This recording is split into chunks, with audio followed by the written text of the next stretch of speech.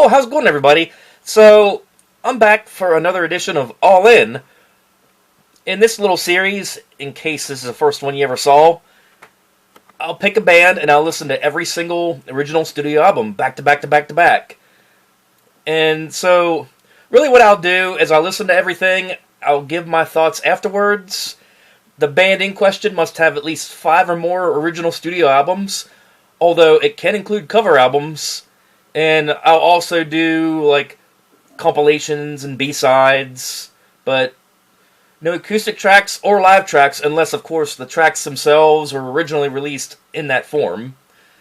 So, here we go, another big band that I'm sure a lot of you from the 80s metal era might know. Tonight, we feature Iron Maiden. That's right. So, these guys, they're part of the big British invasion. I would almost say they almost rival, like, Judas Priest and the Scorpions in that respect. But they didn't... I feel like they didn't get as much radio exposure unless...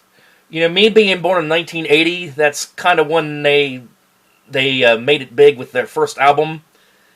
And maybe some of you older people out there can correct me on this, but I don't really recall hearing them played much on the radio. Of course, me not remembering much of the early 80s, you know. But first time I really heard of Iron Maiden, I was listening to 98 Rock out of Baltimore. And, of course, I live and still live in Central PA, so I actually spliced my stereo into my parents' TV antenna on the VHF side just to pick them up. Because none of the rock stations around here in Central PA ever really played them. So the first song of theirs I think I heard was Run to the Hills. And then I also heard a college station play one of their later tracks.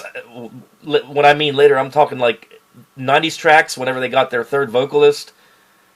I think that song was Man on the Edge, so those are like the first 2 Iron Maiden songs I ever remember hearing, but Run to the Hills, I loved it the first time I heard it, and for the longest time never knew who it was, but then maybe a couple years later I was shopping around Kmart, yeah, I'm old, and found this, The Best of the Beast, so that's kind of where I got started with listening to Iron Maiden.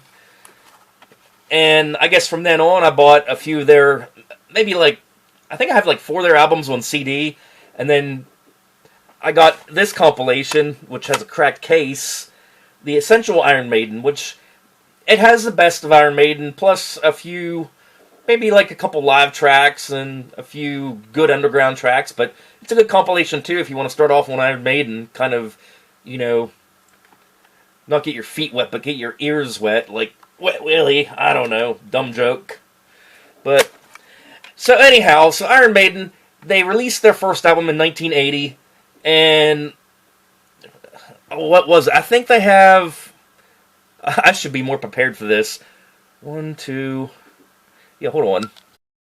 Their discography spans all the way from their self-titled debut in 1980, clean up to 3 years ago in 2021 when they came out with their album Senjutsu. So, and I noticed, like, their albums got, like, longer and longer as the years went on. Like, basically their last 2 albums are pretty much doubles. But yet they have, like, more gaps in between releases there toward the end. But, yeah, as far as I know, they're still active. They're still out touring. So, we start off with their self-titled album right here, their debut, Iron Maiden. So we start off with the song Prowler, and then, you know, and then of course like Century, Remember Tomorrow, which was good. I remember Metallica covered that one at some point. Then you got Running Free, which is good. Phantom of the Opera, Transylvania, Strange World, Charlotte the Harlot, and of course not only the title track to the album, but the band title track, Iron Maiden. And definitely a good solid album, a good debut. Love it. Highly recommend it. So, here we move on to Killers, which features The Idols of the March, Wrathchild, Murders in the Blue Morgue, Another Life, Genghis Khan, which is instrumental, Innocent Exile, Killers, Prodigal Son, Purgatory, and Drifter. Which Honestly, out of this album, I do like Killers. I think that's probably like the top track on that album in my opinion. Definitely Wrathchild's a good one too. Even Murders in the Blue Morgue, I like that one too. So I mean, all in all, another good album with this vocalist. And also, I did throw in the B-sides too, which they're part of a compilation called Best of the B-sides, or yeah, Best of the B-sides, and that's like a 2-disc set that features kind of a mix of original studio tracks, covers, and some rare live tracks. So yeah, so in there you got Burning Ambition, which it was a B-side to Running Free. Then you have Invasion, which was a B-side to the song Women in Uniform, which I never heard that song. That's got to be a non-album single or something. So then we move on to the Bruce Dickinson years, when Bruce comes in as vocalist. So here we got his debut with the band with The Number of the Beast. And here we start off with Invaders, Children of the Damned, which is really good, The Prisoner, 22 Acadia Avenue, The Number of the Beast, my favorite song, Run to the Hills, Gigaland, and Hallowed Be Thy Name. And I thought like some versions of this album, depending on like what year you bought the album, I thought some of them had the song Total Eclipse. And then, so what I go to find out is Total Eclipse was actually a B-side to one of the songs on there. And then they added it to this album, like I think it was like second to last song. And then when I got this copy, it didn't have this song. And then all the way to like 2 years ago, then they released it as a single, which I feel that song should have been on the album like from the get-go. Like I think Total Eclipse is that good. So definitely Bruce coming in, kicking down the door. Their best album so far in their lineup. So then we move on. We move to 1983. So they've been like consistent, an album every year so far. 1983 brings Peace of Mind, where we start off with Where the Eagles Dare, Revelations, Fight of the Icarus, Die With Your Boots On, The Trooper, Still Life, Quest for Fire, Sun and Steel, and To Tame a Land. To Tame a Land, not a lamb. So again, the artwork. This kind of applies like we say about beer. The cover art gets your attention, which I guess with these days with streaming and download, that's not much the case, but you know what I mean. So I also included B-sides where, let's see. I've got The Fire, which was Flight of the Icarus. That was a B-side to that. Cross-Eyed Mary, which was a Jethro Tull cover. That was the B-side of The Trooper. And then, moving on to 1984, you have Power Slave. And, so an album every year so far. We got Aces High, which is real good. 2 Minutes to Midnight, very epic song. Lost for Words, Big Opera. Flash of the Blade, love that song too. The Duelists, Back to the Village, Power Slave, great track. Yeah, Rhyme of the Ancient Mariner. So, yeah, definitely another good solid album. I'd say those 5 years were just awesome when it came to Iron Maiden, despite switching lead singers. I mean, you got Bruce still on this one. So then, Rainbow's Gold was a B-side to 2 Minutes to Midnight. King of Twilight was a B-side to Aces High. So then, we move on to the mid-80s. So, we're going to go somewhere in time. I'm going to go over here and get my beer.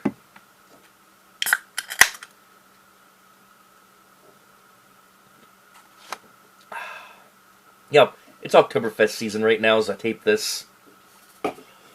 Alright, so we got Somewhere in Time, which features the singles Wasted Years and Stranger in the Strangeland. And here, I feel like they kind of stepped a little bit away from their old school metal sound, and they got a little more instrumental here. That's when I would say that's when they started getting more instrumental with their music. So here we start off with Caught Somewhere in Time, which I guess could be partly the title track. Wasted Years, Sea of Madness, Heaven Can Wait. I love that song. The Loneliness of the Long Distance Runner, Stranger of the Strange Land, Deja Vu, and Alexandria the Great. And then B-sides on that one, we had Reach Out. We had Reach Out, which was Wasted Years. Wasted Years B-side. That Girl, which FM cover. Stranger in a Strange Land B-side. And then we have Juanita, which it's a Marshall Fury cover. I like that song. That's from Stranger in a Strange Land. That's the B-side to that. Then Sheriff of Huckersfield, which was a Wasted Years B-side. Ooh, excuse me. So yeah, they kind of got a little bit less edgy, but still good stuff on that one. So then, still in the 80s, we move on to Seventh Son. Yeah, Seventh Son of the. Can I say that right? Seventh Son of a Seventh Son. There, I got it. So in this album here features the tracks Moonchild, Infinite Dreams, Can I Play with Madness, The Evil That Men Do, Seventh Son of the Seventh Son, there I got it that time, The Prophecy, The Clairvoyant, I think that's how you say it, and Only the Good Die Young. And then, of course, moving on to the B-sides, you have Black Bart Blues, which was a B-side to Can I Play with Madness. And then they actually re-recorded Prowler for the Evil That Men Do single. They re-recorded Charlotte the Harlot for the Evil That Men Do signal as well. And yeah, so that's it for the B-sides. I mean, again, a little more instrumental, but yet they were still kind of in their prime, I would say.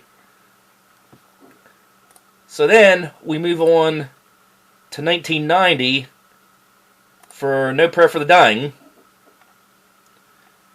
So in this disc or tape, however you purchased it or download, like I purchased it, you got Tail Gunner, Holy Smoke, No Prayer for the Dying, Public Enema Number 1, Fate's Warning, The Assassin, Run Silent, Run Deep, Hooks in You, Bring Your Daughter to the Slaughter, and Mother Russia. And I would say my favorite one from that one would be Bring Your Daughter to the Slaughter, which of course was featured on The Best of the Beast. And then, of course, Holy Smoke, another good one. And going on to the B-sides of that one, they covered a band called Stray with the song All in Your Mind, which that was a B-side to Holy Smoke. Kill Me Sieur, Golden Earring cover, that was also from Holy Smoke, a B-side. And then I'm a Mover, which originally was from the band Free, that was from the Bring Your Daughter to the Slaughter single. And then they also covered Led Zeppelin's Communication Breakdown, also from Bring Your Daughter to the Slaughter, as a B-side. So then we move on in the 90s to 1992 with Fear of the Dark. And so here we start off with Be Quick or Be Dead. Damn good way to start any album. Great song. That one kind of definitely goes back to the 80s, I would say, as far as how it sounds. From Here to Eternity, Afraid to Shoot Strangers, Fear is a Key, Childhood's End, Wasting Love, The Fugitive, Chains of Misery, The Appreciation, Judas Be My Guide, Weekend Warrior, and Fear of the Dark. Which, of course, Fear of the Dark, I would say, would be their most well-known track off of that. Very popular in their live sets. That's almost like a given to hear live if you ever go see them in concert. So, as far as the rarities and B-sides go, you have Naughty Donkey Blues and Space Station Number 5, which was a Montrose cover. Both are B-sides from Be Quick or Be Dead. And then you have I Can't See My Feelings, originally by Bungie, and Roll Over Vic Vela, cover of Roll Over Beethoven with different lyrics. Both of those are from Here to Eternity single, which they're B-sides too. So then we move on to 1995. This is where the sound of the band really changes for a couple albums. So here, Bruce leaves the band. We get Blaze Bayley, who's at the mic. So now we're on our third lead singer for the band. They released the album called The X Factor, which is their 10th studio album at this point. Like I said, released in 1995. And so here we have Sign of the Cross, Lord of the Flies, which I like, Man on the Edge, which that's the other Iron Maiden song I can remember first hearing. Fortunes of War, Look for the Truth, The Aftermath, Judgment of Heaven, Blood on the World's Hands, The Edge of Darkness, 2 a.m., The Unbelievable. Yeah, The Unbeliever. And then, as far as B-sides go, B-sides for Man on the Edge was Justice of the Pierce and Judgment Day. And then B-sides for Lord of the Flies was My Generation, originally by The Who, and Dr. Doctor, originally by UFO. And I kind of feel like this album sounds a lot different with Blaze Bayley at the mic. I mean, I don't know. I guess like many people, I guess it wasn't like as well received as your typical Maiden album just because of that. I mean, the riffs and everything were still good, and you know, I always like Man on the Edge because that's one of the first Iron Maiden songs I actually ever heard, aside from Run to the Hills. So yeah, I definitely like that song, but aside from that, the rest of them were just kind of mediocre. So then, we move on to 1998, Virtual XI, still with Blaze Bayley. And here we feature Futureal, The Angel and the Gambler, Lightning Strikes Twice, The Clansman, When Two Worlds Collide, The Educational Fool, Don't Look to the Eyes of a Stranger, and Como Estes Amigos. I'm not sure what that means, but and then we get to the B-sides. So here we have Blood in the World's. Wait, that was live.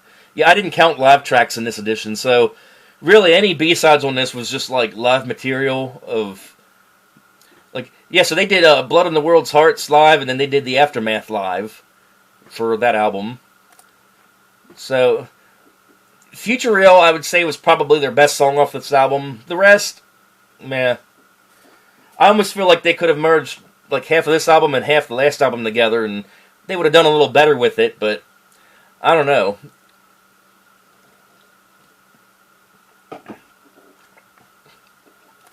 But, moving on. So, now we get into the new millennium, and guess what? Bruce is back. That's right. So, they come out with the album Brave New World in 2000, right at the turn of the millennium. So, we start off with The Wicker Man, which I remember actually hearing that one on the radio too. Great song. Great way for Bruce to make his big return. Yeah, so we get The Wicker Man, we get Ghost of the Navigator, Brave New World, Blood Brothers, I guess it's called a Mercenary. Yeah, Mercenary. I got it. Dream of Mirrors, The Fallen Angel, The Nomad, Out on a Silent Planet, and The Thin Line Between Love and Hate. And I feel like they got a little bit more back to original form on this album since Bruce made a return. But I mean, not really a bad album at all. So here for B-sides, oh yeah, they did live tracks on that too. So they did the Future Live and Wasted Years Live for the B-sides on that one. And then, moving on, Dance of Death 2003. And Bruce has stayed with the band since and is still with the band. So we start off with Wildest Dreams, Rainmaker, which is real good, No More Lies, Munsegur, Dance of Death, Gates of Tomorrow, New Frontier, Passchendaele, that's another good one, Face in the Sand, Age of Innocence, and Journeyman. I don't know, I would say my favorite song off of this particular album would be Wildest Dreams. Just right out of the gate, another real good song to start the album, to kick it off. That's kind of been their trend here lately, at least in this discography. So, we move on to 2006, A Matter of Life and Death. So, in this one, we feature Different World, These Colors Don't Run, Brighter Than a Thousand Stars, The Pilgrim, The Longest Day, Out of the Shadows, the reincarnation of Benjamin Brigg, or Breg, I guess that's how you say it, For the Greater Good of God, Lord of Light, and The Legacy. This is one of those you might be able to sneak by your religious parents because they talk about, it seems like they talk about God and Lord a lot in this one. But, you know, again, your typical Maiden. Not the best album. I wouldn't say it, like, sticks out like the older ones do, but if you like to hear different Iron Maiden now and then, it's not bad. Okay, so now we move on to 2010. We're in the 2010s now with The Final Frontier.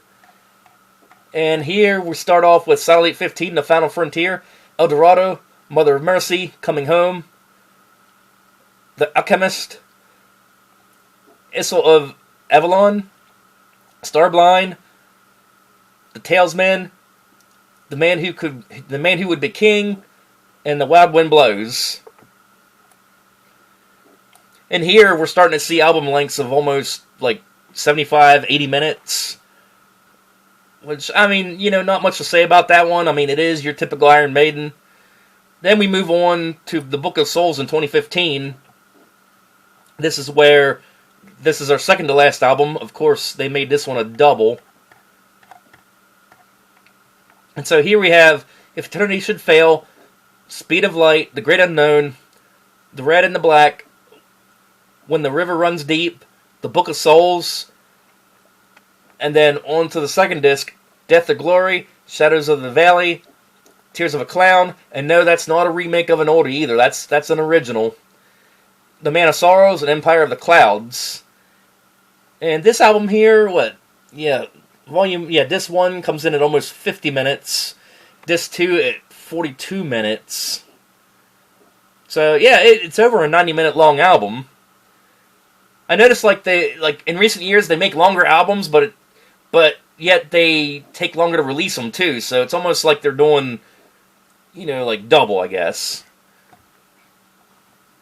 But as far as this goes, I think they should have kept it down to, trim the fat a little bit, down to one album. And then we move on to their latest album, released in 2021, Senjutsu. So for track listing, we have Senjutsu, Stratigo, The Writing on the Wall, which is like the album's lead single. Not a bad song either. I think Senjutsu is not bad either. Like the first three cuts of that album were pretty good. In the fourth cut, Lost in a Lost World, Days of the Future Past, The Time Machine, The Darkest Hour, Death of the Celts, or Death of the Celts, however you say it, The Parchment, and Hell on Earth rounds it out. And here again, 40 minutes on disc 1, 41 minutes on disc 2, so it's... They could not fit it all on one CD, so yeah, they had to break that one in two also. But all in all, not too bad considering they've been around for, 44 years? They've been around longer than I've been alive, actually, when you think about it. Alright, so as far as how I rank the albums, so again, like I have been doing, I'm going to sort of break it up by decades or eras, depending on how many albums are in what decade. The 80s definitely get their own era, so I know my favorite is definitely within the first 5. There's no doubt about that. Them first 5 albums, yeah, I can play them back to back to back to back and just repeat them. But as far as my favorite in the 80s, I'm going to say The Number of the Beast for sure. And that's right when Bruce came down and kicked down the door the first time. And least favorite from the 80s? I don't know. It's going to be... My least favorite tie is going to be between Somewhere in Time and Seventh Son of the Seventh Son. So now we move on to 90s Iron Maiden. This is kind of the more transitional time whenever Bruce was out and Blaze was in.